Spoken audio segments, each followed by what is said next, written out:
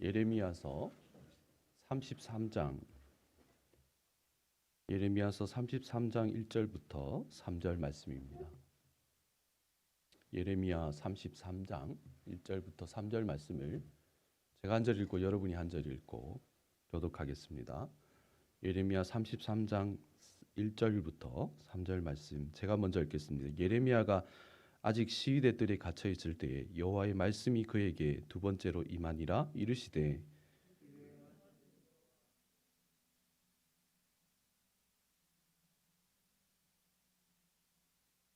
너는 내게 부르짖으라. 내가 내게 응답하겠고 내가 알지 못하는 크고 은밀한 일을 내게 보이리라. 아멘. 우리가 지난 시간에 묵상하기를 우리의 인생이 때로는 진흙구덩이 벗어나니까 여전히 시위대 뜰인 것 같은 경우가 있습니다. 그런데 하나님은 그런 인생 가운데서 예레미야에게 또 우리에게 동일하게 부르짖으라고 말씀하셔요. 여기서 부르짖으라고 하는 것은 히브리어로 카라라는 말인데 그 단순하게 그냥 소리 높여서 고함치는 행위도 있지만 하나님 앞에 지속적으로 묻다는 의미가 있습니다. 삶의 문제를 하나님 왜 이런 거예요? 묻는 거예요. 그리고 하나님이 나를 사랑하시고 이를 성취하시고 만드시는 하나님이시기 때문에 그 하나님께 하나님의 뜻을 시위대들에 여전히 있지만 내 삶을 선언하는 겁니다. 그게 부르짖는 거예요. 그래서 이 부르짖다라는 말은 1차적으로 기도의 의미도 있지만 2차적으로는 하나님께 우리의 삶을 신뢰하고 또 하나님의 뜻을 지속적으로 묻는 삶, 하나님의 뜻을 내 삶에 지속적으로 선언한 삶, 그것이 부르짖는 삶이었습니다. 하나님은 여전히 시위대 뜰 같은 우리의 인생 가운데 우리가 부르짖으면 하나님이 약속하시기를 크고 은밀한 일을 우리에게 보이시겠다 그러셨어요. 우리가 지난 시간에는 그 부르짖다라는 말에 핵심적으로 말씀을 묵상했다면 그러면 이거 크고 은밀한 일이 뭐냐는 거예요. 우리가 하나님 앞에 우리의 삶을 드리고 지속적으로 묻고 하나님의 뜻을 선언하면 하나님이 보여주신다고 하시는 그 은밀한 일이 뭐냐는 거예요. 성경은 예레미야서를 통해서 1차적으로 우리에게 그것을 자세하게 설명을 하고 있습니다. 이 먼저 보시면 예레미야 전체 51장이죠. 50장 말씀 속에서 그 가운데 있는 30장과 33장을 우리는 위로의 책이라고 그랬습니다. 근데 이 33장 3절 우리가 매 333 운동하면서 맨날 외우는 거 있잖아요. 예레미야 33장 3절 말씀. 근데 그 말씀을 딱 중심으로 전반부에도 회복의 말씀을 후반부에도 회복의 말씀을 보여주고 있습니다. 그러니까 앞뒤로 수미상관을 이루어요. PPT 띄워주십시오. 그래서 앞뒤로 비슷한 말이 반복이 돼요. 이 33장 3절 이 3절 말씀에 그 전반부의 말씀에 우리가 포로가 된 것이 돌아올 것이고 지도자가 세워질 것이고 새 언약이 맺혀질 것이고 아나돗의 땅을 사라라는 얘기가 나오지 않습니까? 근데 이후에 이 예레미야 33장 3절 이후에 나오는 이 33장의 말씀에도 치료하고 회복하고 예배 회복하고 하나님의 말씀을 우리에게 새롭게 부어주신다는 말씀이 있어요. 그러니까 이 앞뒤가 똑같은 말이 반복이 돼요. 우리가 지난주에 뭐를 봤냐면 이 세 가지 약속이었지 않습니까? 포로가 돌아오네. 예레미야 30장에서 바벨론의 포로로 돌아올 것이다 너희가. 그리고 새로운 지도자가 세워질 것이다. 그리고 두 번째로 31장이 뭐라고 했습니까? 언약이 갱신된다 그랬어요. 세 번째로는 그 패망한 땅에 아나돗의 땅을 살아요. 완전 죽지는 않는다. 사람이 인생에 고난이 와도 하나님이 너를 죽이려고 하시는 것이 아니기 때문에 아나돗의 땅을 살아라. 회복의 말씀이에요. 근데 오늘 우리가 읽은 이 본문 33장 3절 이후에도 예레미야는 이 앞뒤의 말씀을 동일하게 우리에게 보여주고 있습니다. 하나님은 우리가 부르짖을 때 우리의 삶을 회복하시는 약속을 우리에게 주셨다 이 말이에요. 뭐를 얘기하셨냐면 첫 번째로 보면 예레미야 33장 6절부터 7절 말씀에 이렇게 얘기합니다. 그러나 보라 내가 이 성읍을 치료하며 고쳐 낫게 하고 평안과 진실이 풍성해 너에게 나타낼 것이며 내가 유다의 포로와 이스라엘 포로를 돌아오게 하여 그들을 처음과 같이 세울 것이다 라고 말씀을 하셔요.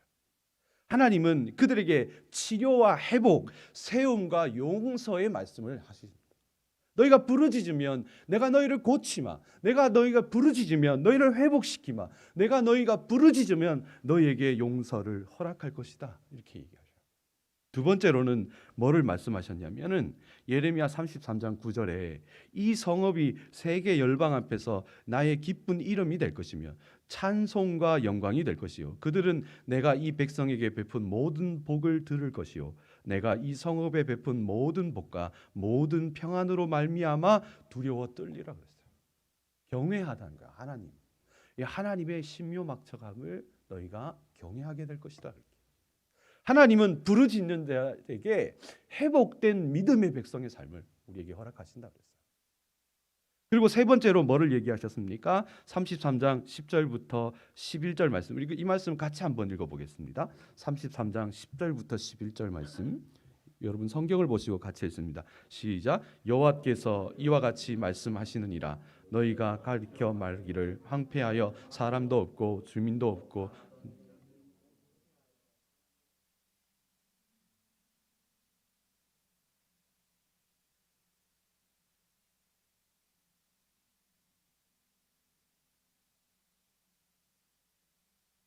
여호와는 선하시며 그 인자심이 영원하다는 소리와 여호와의 성전에 감사제를 드린 자의 소리가 다시 들리리니 이는 내가 이 땅의 보로를 돌아보내어 지난 날처럼 되게 할 것이니라.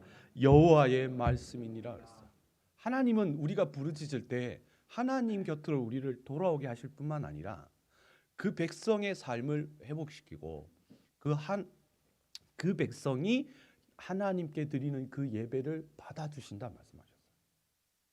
우리가 하나님께 부르짖을 때 하나님이 우리에게 보여주실 크고 은밀한 일의 구체적인 내용들이 오늘 이 본문에 기록되어져 있습니다. 하나님이 예레미야 33장 3절을 말해서 우리에게 말씀하고 싶은 핵심은 뭐냐면요, 너희가 와서 맨날 기도하라 이게 아니고 너희가 비록 너희의 인생에 여전히 시위대 뜰에 묶여있는 것 같은 인생일지라도 너희의 눈에 예루살렘이 망해가는 그 순간이라 할지라도 너희가 나를 믿고 이를 성취하시고 이를 이루시는 하나님을 믿고 부르짖을 때에 하나님이 그 기도를 들으시고 하나님의 뜻을 믿고 선언하고 선포하는 그 인생 가운데에 회복의 말씀을 주신다.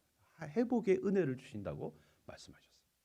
하나님은 너희가 부르짖으면 내가 이거 줄게를 애매모호하게 말씀하지 않으셨어요. 이 긴 얘기를 갖고 너희가 부르짖으면 내가 정확하게 어떻게 너희의 인생을 회복할 건지 아주 구체적이고 아주 명확하게 성경에 기록해 놨습니다. 예배 시간에 그걸 하나하나 다 볼 수는 없지만 여러분 오늘 집에 가셔서 예레미야 30장부터 33장의 말씀 찬찬히 한번 읽어보세요. 하나님이 내게 부르짖을 때 하나님이 내게 이루어 주시는 일들을 여러분 묵상하고 찬양하는 여러분들이 간절히 축복합니다.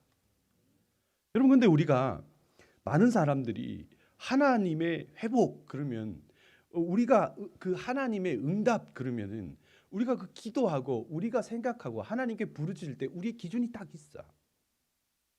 그 기준에 맞춰서 하나님이 응답하기를 바랍니다. 주로 어떤 거냐면 외형적인 모양이 대부분이에요.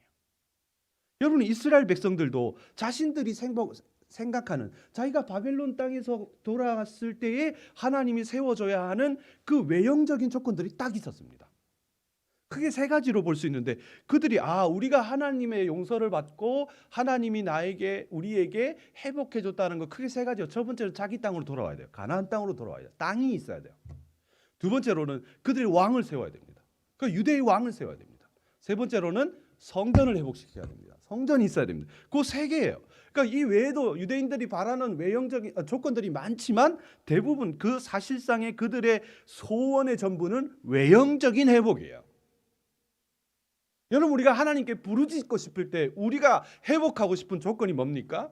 딱 이 세 가지예요. 땅, 돈, 권세.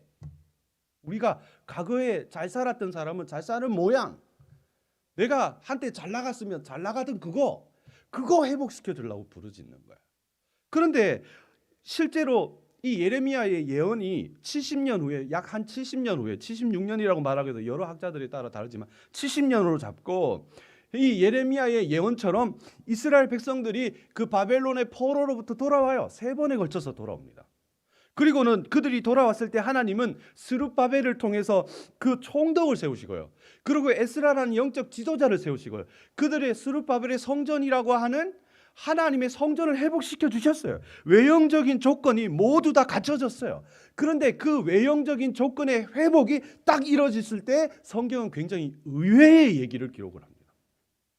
여러분, 우리가 하나님 앞에 부르짖을 때 내가 한때 잘 나가던 거, 내가 한때 생각하던 거, 내가 꿈꾸던 거, 내가 하던 거 하나님이 다 회복시켜 주면 하나님, 내가 내 안에 그 다음에 막 내 마음이 행복해지고 막 소망이 늘어나고 나는 인생이 막 잘 나갈 것 같지만, 성경은요 그렇게 살았던 사람들의 얘기에 결론을 굉장히 재밌는 얘기를 하나 합니다. 그게 에스라서 3장 12절 13절 말씀 아닙니까? 스룹바벨의 성전에 그게 완공이 되고 그것이 회복되는 날 이렇게 기록합니다. 제사장과 레위 사람들과 나이 많은 족장들은 그 첫 성전을 보았으므로 이제 그 성전의 기초를 놓임을 보고 대성동공하였으나 여러 사람들은 기쁨으로 함성을 지르니 백성이 크게 외치는 소리가 멀리서 들리므로 즐거이 부르는 소리와 통곡하는 소리를 분간할 수 없다 그랬어요.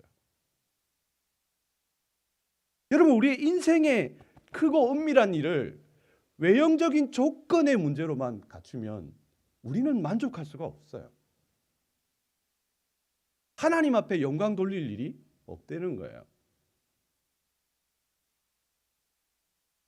이스라엘 백성들은 그럼에도 불구하고 그 스룹바벨의 성전의 통곡은 자기들이 생각할 때 솔로몬의 성전에 비해서 화려하지 않았다고 생각했기 때문에 생각했어요.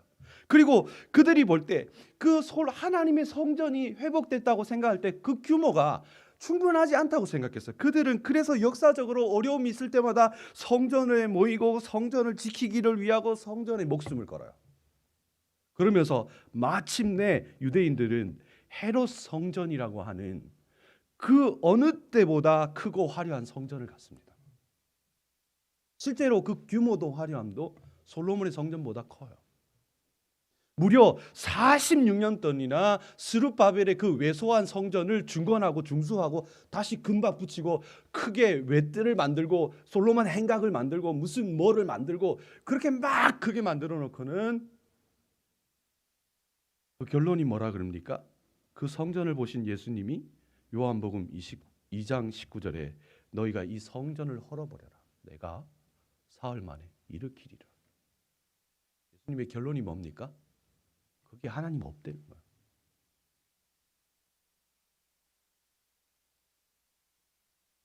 우리는 내가 부르짖을 그 마음의 태세가 있어요.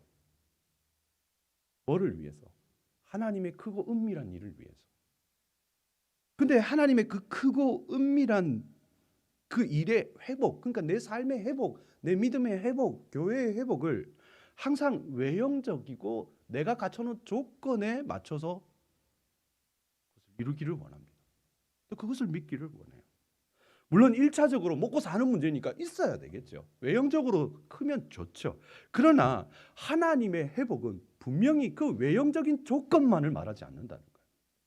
내가 응답할 때, 내가 기도할 때 내가 맞는 조건대로 해주는 것이 하나님의 응답은 아니라는 거예요. 오늘 이 본문에 유대인들은 그 외형적인 조건만을 위해서 열심히 몇백 년을 달려갔는데 하나님 그 결론이 뭐였습니까? 에스라서의 결론이 뭐였습니까? 대성통곡이에요.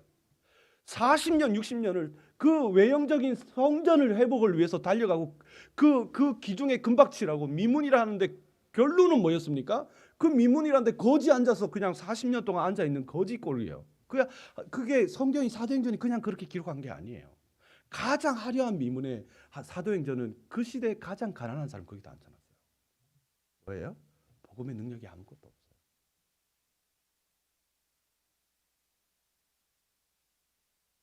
없어요. 우리가 하나님의 은밀한 일의 회복을 외형의 조건으로만 따지면 그 결론은 항상 대성통곡이고요. 만족감이 없어요. 오늘날 저를 빼지 않겠습니다. 저를 포함한 얼마나 많은 목회자들이 이 외형의 모습 때문에 넘어집니까? 오늘날 얼마나 많은 성도들이 이 외형의 기준 때문에 예수를 믿고 실망을 합니까?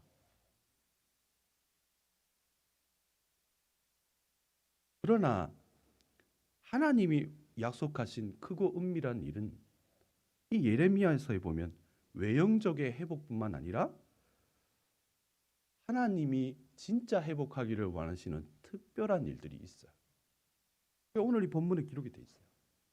이 예레미야가 말하는 크고 은밀한 일에는 그 외형적인 일들과 조건들을 뛰어넘는 하나님의 마음이 담겨져 있어요.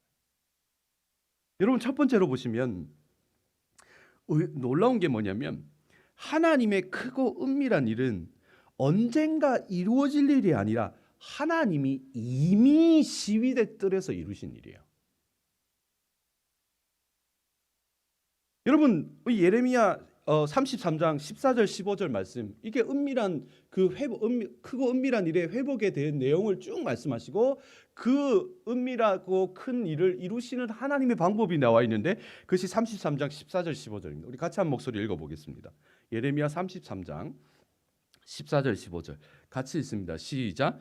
여호와의 말씀이니라. 보라, 내가 이스라엘 집과 유다의 집에 대하여 일러준 선한 말을 성취할 날이 이르리라. 그날 그때에 내가 다윗에게서 한 공의로운 가지가 나게 하리니 그가 이 땅의 정의와 공의를 실행할 것이라 그랬어요. 여러분, 여기서 말하는 이 다윗의 의로운 가지가 누구를 말합니까? 예수 그리스도를 말합니다. 지금 이 예레미야에게 말씀하시는 하나님의 말씀은 사무엘하 7장에서 그 나단 선지자가 다윗을 향해서 보여준 다윗의 언약을 얘기합니다. 그러니까 다윗의 내 후손이 이 나라를 영원히 다스릴 것이라는 하나님의 약속이에요. 근데 유다 나라가 망해버리지 않습니까? 그러니까 겉으로 볼 때 어떻게 됩니까? 이 다윗의 언약이 파기된 것처럼 보이는 거예요. 아이고, 끝나버렸네. 하나님이 니 지켜준다더만, 예수 믿으면 니 어려움 안 당한다더니, 예수 믿으면 복 받는다더니, 니 꼬라지 마라, 유다 망해버렸다는 거예요. 근데 그 망하는 자리에 하나님이 나타나셔갖고 그 진흙구덩이 벗어났더니 시위들에 묶여있는 예레미야에게 이렇게 얘기합니다. 내가 너에게 약속하신 거 그 영원히 이룰 거야. 그 유다의 가지로부터, 유다로부터 한 가지가 날 건데 그 가지가 누굽니까? 나사렛 예수입니다. 나사렛이란 뜻이 가지란 뜻입니다. 그 예수 그리스도를 통하여 하나님이 우리의 삶에 크고 은밀한 일을 이루어 주신 줄로 믿습니다. 주실 것이다 아니라 이루어 주신다고 말씀하셨습니다. 예수님이 이 땅에 오셔서 십자가에서 죽으신 거 알죠? 우리 십자가면 얼마나 눈물 흘립니까? 근데 예수님이 그 십자가에서 죽으시면서 뭐라고 얘기하셨습니까? 항상 우리가 기도하는 것처럼 하나님 언젠가 이거 좀 이루어 주세요. 하나님 이거 내가 부르짖으니까 이거 좀 들어주세요. 하나님의 일이 언젠가는 이루어질 거야 라고 말씀하신 것이 아니라 십자가에서 죽으시면서 예수님 딱 한마디 하셨습니다. 다 이루었다. 도대체 무슨 일이, 어떤 일이 내 삶에 이루어질 것이 아니라 이루어진 것이냐는 거예요. 하나님의 크고 은밀한 일은 우리가 부르짖어서 우리의 노력으로 하나님 보좌를 끌어올리는 기도, 이런 게 있더라고요. 하나님 보좌로 움직이는 기도. 한때 저도 그거 읽고 너무너무 막 흥분했어요. 내가 기도하면 하나님 보좌가 움직이는 거예요. 성경에 그런 말이 하나도 없습니다. 목사님의 믿음은 그렇지만 누가 감히 하나님 보좌를 움직입니까? 부르짖는 기도 막 그러고 하나님 막 부르짖으면 하나님의 촛대가 움직이는 그런 말이 없습니다. 이미 이루신 하나님이 우리의 삶에 계신 줄로 믿습니다. 보여주신다 그랬어요. 이루어 주신다 그러지 않고. 내가 시위대 뜰에 있는데요. 내가 그 진흙구덩이에 막 진짱같이 사는데 내가 부르짖으면 하나님이 응답한다는 건 뭐예요? 자식이 부르짖으면 아빠가 여기 있다 부르는 거 아닙니까? 그게 응답이에요. 네가 나를 부르면 I answer you. 내가 너에게 대답하겠다. 뭐를 대답한다? 시위대 뜰에서도 여전히 역사하시는 하나님 보여주신다. 그래서 하나님의 크고 은밀한 일은 우리가 생각한 것처럼 우리가 기도 열심히 해가지고 우리가 이루는 게 아니라 이미 그럼에도 불구하고 이미 이루신 하나님의 일이에요. 여러분, 그 크고 은밀한 일이 이 예배를 드리는 모두에게 이루어진 줄을 믿습니다. 두 번째로는 하나님의 크고 은밀한 일은 외형적인 조건보다는 내면적인 것이에요. 여러분, 예레미야서 33장 3절에 예레미야 31장 33절에 그러나 그날 후에 내가 이스라엘 집과 맺은 언약은 이러하니 내가 나의 법을 그들의 속에 두며 그들의 마음에 기록하여 나는 그들의 하나님이 되고 그들은 내 백성이 될 것이라 여호와의 말씀이니라 했어요. 이게 언약이 갱신된다는 뜻이거든요. 나는 너의 하나님 되고 너는 나의 백성이 된다. 이게 언약이 다시 파기됐다가 다시 회복된다 그런 뜻입니다. 항상. 근데 그 회복의 방법 안에 이번에는 굉장히 특별합니다. 예레미야 31장 32절에 보면 그들이 내 언약을 깨뜨렸습니다. 이런 표현이 나와요. 모세가 돌판을 깨버리거든요. 그러니까 외형적 그동안에 그들이 갖고 있던 율법이라고 하는 것은 그 깨뜨릴 수 있는 돌조각이 돌판에 새겨진 하나님의 말씀이었어요. 근데 하나님이 예레미야에게 내가 너에게 다시 와서 언약을 맺을 건데 이번에는 내가 돌판에 안 새기고 뭐라고 얘기합니까? 내가 나의 법을 그들의 속에 두고 나의 말씀을 그들의 마음에 새기리라 이렇게 말씀하셨어요. 그러니까 예레미야에게 오신 하나님의 새 언약은 이전의 외형적인 것이 아니라 하나님 말씀이 어디 들어와 있는 거예요? 나의 말씀에 내 마음에 들어오는 거예요. 이거에 대해서 더 구체적으로 그 에스겔 11장 19절 20절에 이런 말씀이 있습니다. 우리가 자막 띄워 주실 수 있죠. 같이 한 목소리로 읽겠습니다. 이게 설명되는 거예요. 에스겔의 동일한 예언이 있습니다. 같이 한번 읽겠습니다. 시작. 내가 그들에게 한 마음을 주고 그 속에 새 영을 주며 그 몸에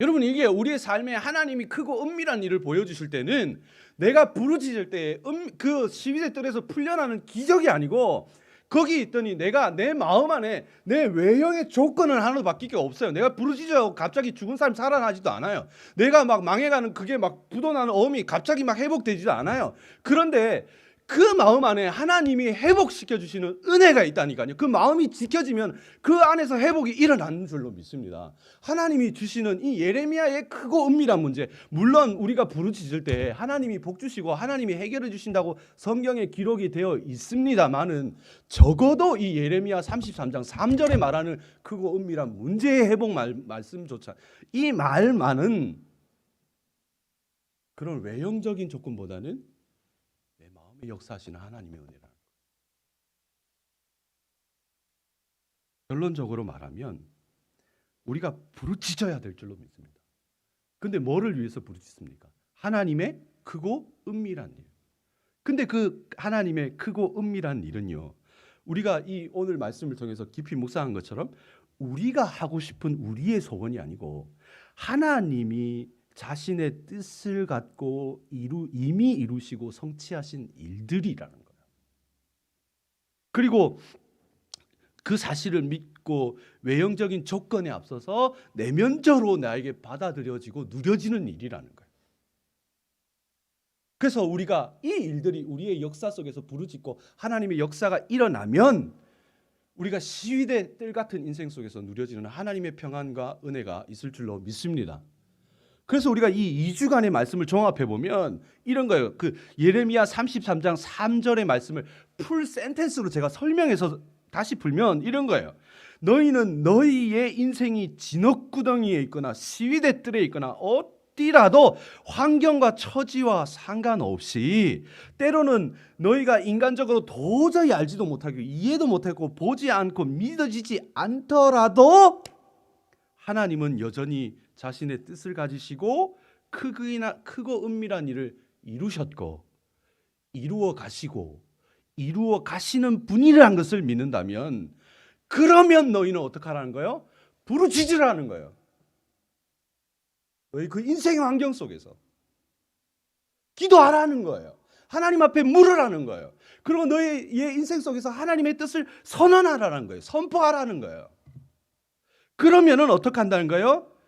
그러면은 하나님이 너희의 그 부르짖음과 물음과 선언 안에 응답하셔서 그전에는 못 봤던 일들이 내가 그 시위대 뜰에 있는 내 가정의 문제가 내 교회 안에서 내 사업 안에서 내 삶 안에서 부부 사이에 내 자녀 안에서 그 안에서 내가 보지 못했던 하나님이 이루시고 하나님이 응답하시고 하나님이 해가시는 내가 보지 못했던 일을 네가 보게 될 거라는 거야. 아멘이십니까? 우리가 그 믿음으로 살아가기를 원합니다. 여러분 그 이스라엘의 역사학자이고 세계적으로 굉장히 유명한 사상가가 모르신 분도 있겠지만 요즘에 이 사람 말 한마디가 전 세계를 움직일 만큼 유명합니다. 유발 하라리라는 사람. 이 사람이 얼마 전에 우리나라 공영방송에 와서 이런 얘기를 하더라고요. 우리가 역사를 배우는 것은, 여러분 역사 왜 배웁니까? 우리가 배운 정답이 있습니다. 우리가 과거의 역사를 배우는 것은 과거로부터 교훈을 얻기 위함이 아니라 우리가 알는 거와 다르죠. 이 사람 말 한마디 했다니까 그 다음에 뭐 이시영 씨나 막 탤런트들이 막 감동받았다고 울고 그러더라고요. 이 사람이 이렇게 얘기했습니다. 당당하게. 우리가 역사를 배우는 건 과거로부터 교훈을 얻기 위함이 아니다. 과거로부터 벗어나기 위함이다. 여러분 우리가 코로나를 통해서 직감하고 있겠지만 앞으로 우리가 살아갈 인류의 미래는요. 과거의 그 모양하고는 완전히 다릅니다. 김미경 씨 같은 경우에는 이 코로나 때문에 우리가 1년 1년을 배워갔던 것을 5년을 앞당겨서 한꺼번에 배워야 된다 하거든요. 그 말을 굉장히 이 사람들이 당당해지고 있는 게 뭐예요? 과거의 교훈, 과거의 그런 사상, 과거의 문화, 과거의 간섭, 네가 살아간 미래하고 아무 상관이 없다고 선언하기 시작한 거예요. 그러니까 우리가 그 과거를 배우는 건 이게 뭐가 잘못됐는지라 그게 예속되지 않기 위함이라. 여러분 이 유발 하라리가 말하는 그 말 속에요. 이 사람 유대인입니다. 이렇게 얘기해요. 문화, 종교, 사상 우리가 다 과거로부터 벗어나야 할 거다. 그럼 유발 하라리가 말하는 이 벗어나야 한다는 것에는 성경도 포함된다는 얘기예요.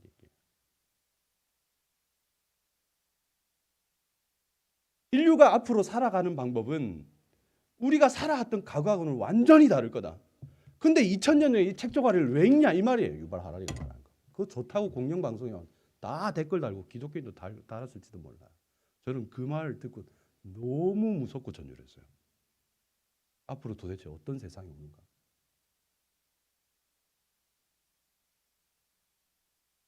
적어도 과거에는 안 믿는 사람이라도 역사를 배우고 어른들을 배우고 온고지신이란 말이 있는데 이제는 이 코로나 세대, 이 IT 세대, AI 세대, 이 미래를 살아가는 젊은이들은요. 뭐라고 얘기합니까? 각을 벗어버려라. 배울 거 하나 없다. 네가 살아갈 세상은 그들이 산 세상하고 다르다.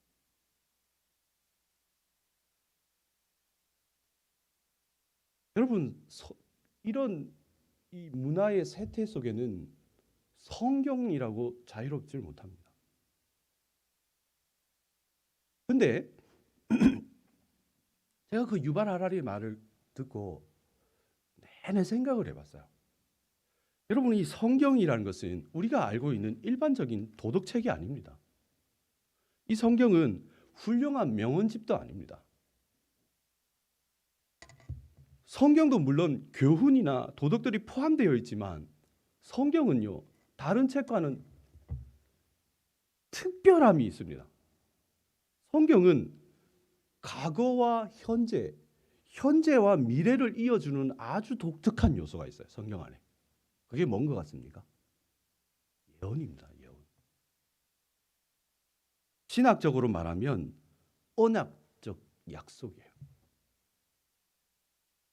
여러분, 이 하나님은 과거에 예언되어진 이 말씀을 통해서 오늘 우리의 삶을 바꾸시는 분이에요. 아멘이십니까? 그리고 미래에 이루어 주실 그 일들을 볼 때 오늘 소망을 갖게 하시는 분이에요. 그 말은 하나님의 예언이 지금 오늘 살아가는 내 삶 속에 이루어지지 않으면 그거는 유발 하라리가 말하는 이 2000년 전에 쓰여진 종이 쪼가리에 불과하다는 거예요. 아무리 그것이 아름답고 수려한 문체를 쓰고 아무리 좋은 내용이 있고 아무리 좋은 명언이고 세상 이런 책이 없다 하더라도 앞으로 우리가 살아갈 시대하고 그것이 무슨 상관이 있냐는 거예요.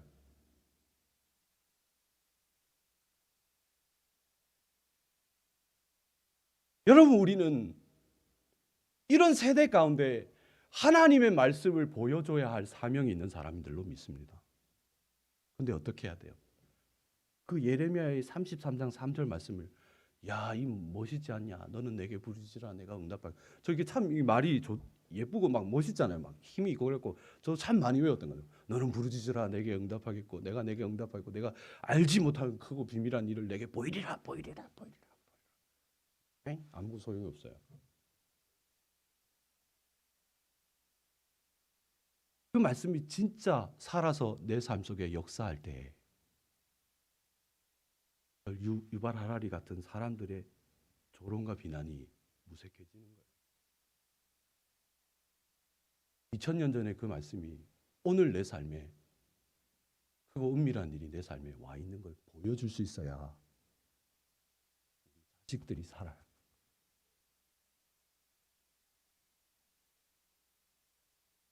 자녀들이 살아요. 내가 목사고 권사고 장로고 상관없이 이 예레미야 33장 3절 말씀이 우리 엄마의 삶 속에 보이는구나.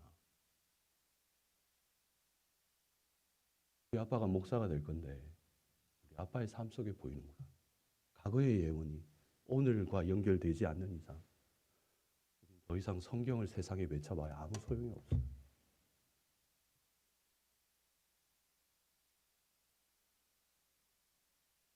여러분, 우리가 이 2021년은 일을 이루시는 여호와를 믿으시기를 간절히 축복합니다. 제가 이 제목을 딱 줬을 때 아마 여러분 안에 생각이 있었을 거예요. 내가 막 기도해서 내 소원을 이루는 거라 생각했을 거예요. No, 아니에요. 하나님의 예언이, 할렐루야, 하나님의 언약의 약속이, 아멘, 내 삶에 일을 이루시는 여호와. 내 삶은 여전히 시위대들이라도, 내 삶은 여전히 진흙구덩이라도 내 삶에 역사하시는 그 하나님의 크고 은밀한 일, 3000년 전 그 이야기가 예레미야의 말씀, 내 삶의 일을 이루시는 여호와로 나타날 때 비록 외형적으로 세상에 뒤지고 비록 외형적으로 세상에 무너지고 비록 세상에 돈이 없다 할지라도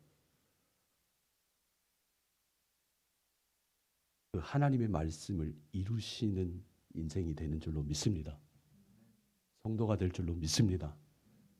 이 코로나에 제가 앞만 돌아다니봐도 자꾸 교회 걱정하시는데 돈으로 뭔가를 이루실 분이 별로 없어요, 우리 교회. 그러면 앞만 부르짖어도 무슨 소용이 있습니까? 내가 하나님 앞에 앞만 우리가 권세로 뭔가 성공해서 우리 청년들, 대학생들, 막 조건에 맞춰서 취직 안 되면 응답이 안 될 텐데, 그럼 우리는 이 2021년에도 일을 이루시는 여호와를 만나질 못하는 거예요. 우리는 여전히 스룹바벨의 성전을 보고 통곡하는 인생을 살 수밖에 없어요. 하나님이 우리에게 오셔서 시위대들에 있는 우리의 인생 가운데 이 예레미야에게 말씀하신 그 말씀이 동일하게 우리에게 말씀하시는 분이신 줄로 믿습니다. 세대 가운데 과거를 벗어버려라. 과거의 관습을 벗어버려라. 종교를 벗어버려라. 사상을 벗어버려라. 공영방송에 나와서 떳떳하게 말하는 이 세상 속에서 과거의 몇천 년 전의 이야기가 살아 숨쉬는 인간이 여기 있다 말할 수 있는 모든 인생들 되기를 축복합니다. 그것을 위해서 부르짖는 우리 인생 되기를 원합니다. 우리 같이 한번 찬양하면서 하나님 앞에 나갔으면 좋겠습니다.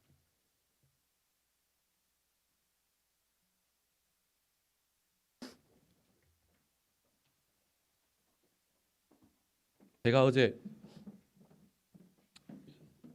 한 청년이 저를 찾아왔어요. 주일날 이제 설교 쓰고 있는데 너무너무 제가 잘 알고 있는 청년이고 한데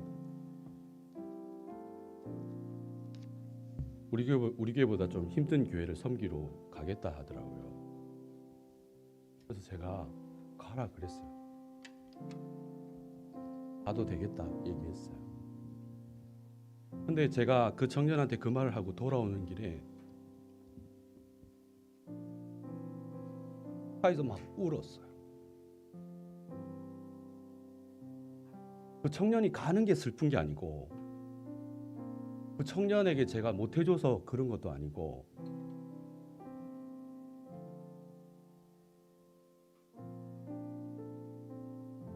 우리보다 더 개척교회고 더 힘들고 하니 그 청년이 가서 섬기니까 얼마나 좋냐, 감사한 마음도 있었는데, 그리고 그 청년이 소중하지 않아서가 아닌데, 제가 그 청년과 이야기하면서 그 마음 안에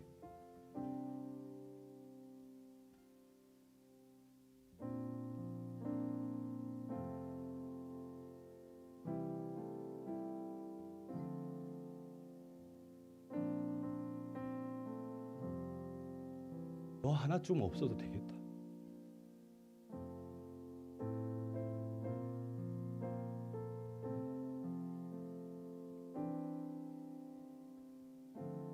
우리 교회가 막 대형교회 이런 거 아니지만 너는 없어도 되겠다. 그 마음이 있었나 봐요. 그리고 설교를 막 쓰고 밤늦게 집에 가는데 운전대를 잡고, 너 큰일 났다 너.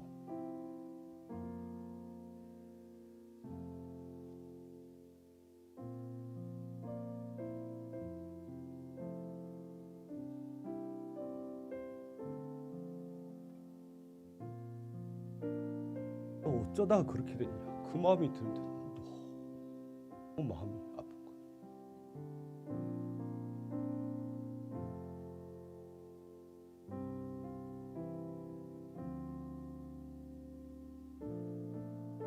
여러분, 우리는 우리의 삶의 환경에 맞춰서 자꾸 내려놓고 포기하는 거 많아요. 여러분 인생 크고 은밀한 일을 위해 부르짖고 싶은 마음이 있으십니까? 부르짖어야 할 마음 있으십니까? 코로나 힘드시죠? 그 코로나 힘드니까 부르짖을 마음이 있으십니까? 그 코로나가 익숙해지니까 그냥 뭐 이런 거지, 그리고 자꾸 내려놓은 거 아닙니까? 너 하나 없어도 되겠다 그 마음 드는 거 아닙니까? 이따 있고 그냥 없어져 버려도 되겠다 싶은 마음이 있는 거 아닙니까?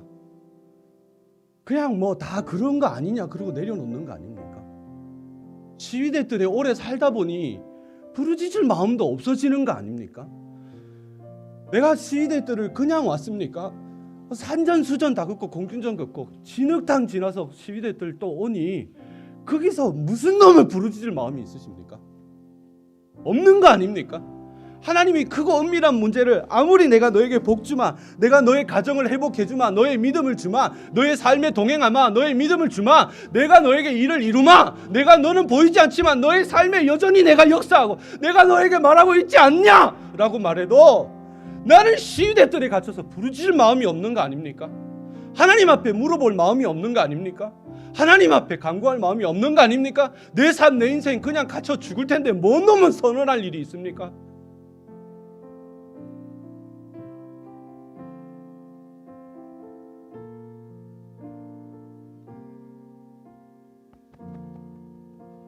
내 마음이 회복하시는 하나님의 은혜가 있기를 원합니다. 내 삶의 시위대들에서 주님께 부르짖는 우리의 인생이 되기를 원합니다. 하나님 살려주세요. 하나님, 나 시위대들에 있어요. 하나님, 나는 묶였고 예루살렘은 망해가는데 하나님, 크고 은밀한 일을 보여주세요. 내가 여기 죽더라도 내 마음은 죽지 않도록 하나님께 부르짖게 해주세요. 그 마음이 우리에게 있어야 될 줄로 믿습니다. 우리 인생 가운데 성령 하나님이 역사하셔서 이게 선언하시는 말씀인 줄 믿습니다. 너는 내게 부르짖어라. 내가 내게 응답하겠고, 내가 알지 못하고 크고 은밀한 일을, 내가 알지 못하고 보지 못한 크고 은밀한 일을 내가 너에게 보이리라. 그 마음을 가지고 하나님 앞에 찬양함으로 나아가겠습니다.